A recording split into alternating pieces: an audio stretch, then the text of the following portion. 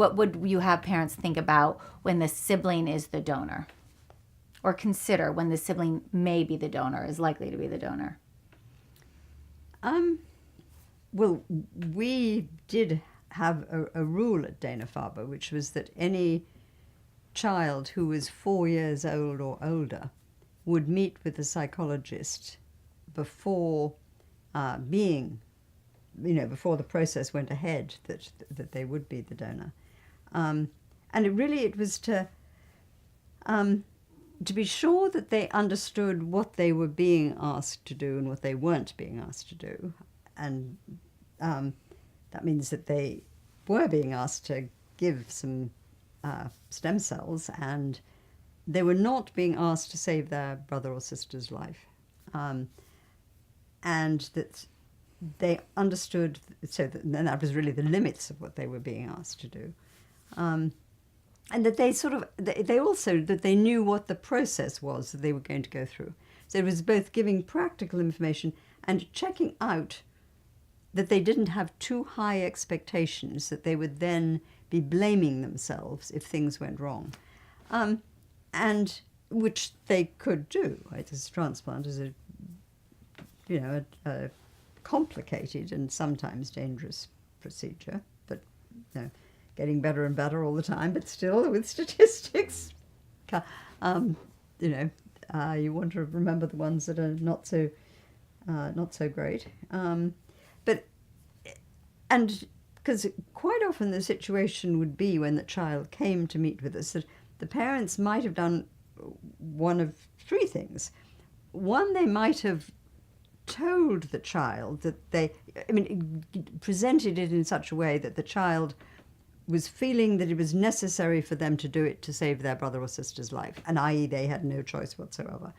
The other extreme would be that actually there'd been very little discussion about how serious the brother or sister's condition was. And this was just sort of something that they were expected to do. And then there'd be the middle of the road where, yes, they were being asked to do this, and it was important, and the hope was that they would do it. So what we would try to do in the interview was see that they knew what the actual medical things that they were being asked to do were, which in our case was that they would be come into the hospital, get anesthesia, have some stem cells taken out of their back, and they'd wake up with probably an IV, and that their back might be sore for about a week, and they wouldn't do contact sports if they were old enough for a while. But then the more important part, in a way, was what their expectation was about why they were doing it and why they needed to do it. And there, actually, there's for slightly younger children, there's a marvelous book, which is like sowing seeds in a garden, that we wanted to get across the idea that what they were doing was like giving a gift to their brother or sister, and that what then happened after the gift was given, which is the stem cells, it's then up to the soil, the rain. Every child from the age of 4 on can answer the question, well, what does a seed need to grow? Well, it needs sun, it needs rain, it's right soil. So that it's like that you have given the gift of the seed. And then after that, it's up to the doctors, your brother or sister's body, the medications, all of which are necessary to work together to have this turn into, for the seeds to grow in the way, in this instance, that the doctors hope that they will.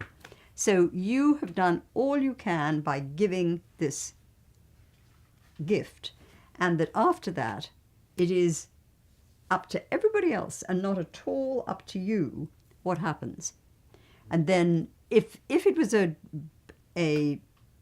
pretty risky transplant, we would a little bit more, and we would ask, and what do you think would happen if you didn't give that? Or why does your brother or sister need these cells? And most of them would have a pretty good idea, and some of them would say, well, if he didn't get them, he'd die. And, so I would tend to say, well, he needs this for his illness to be cured.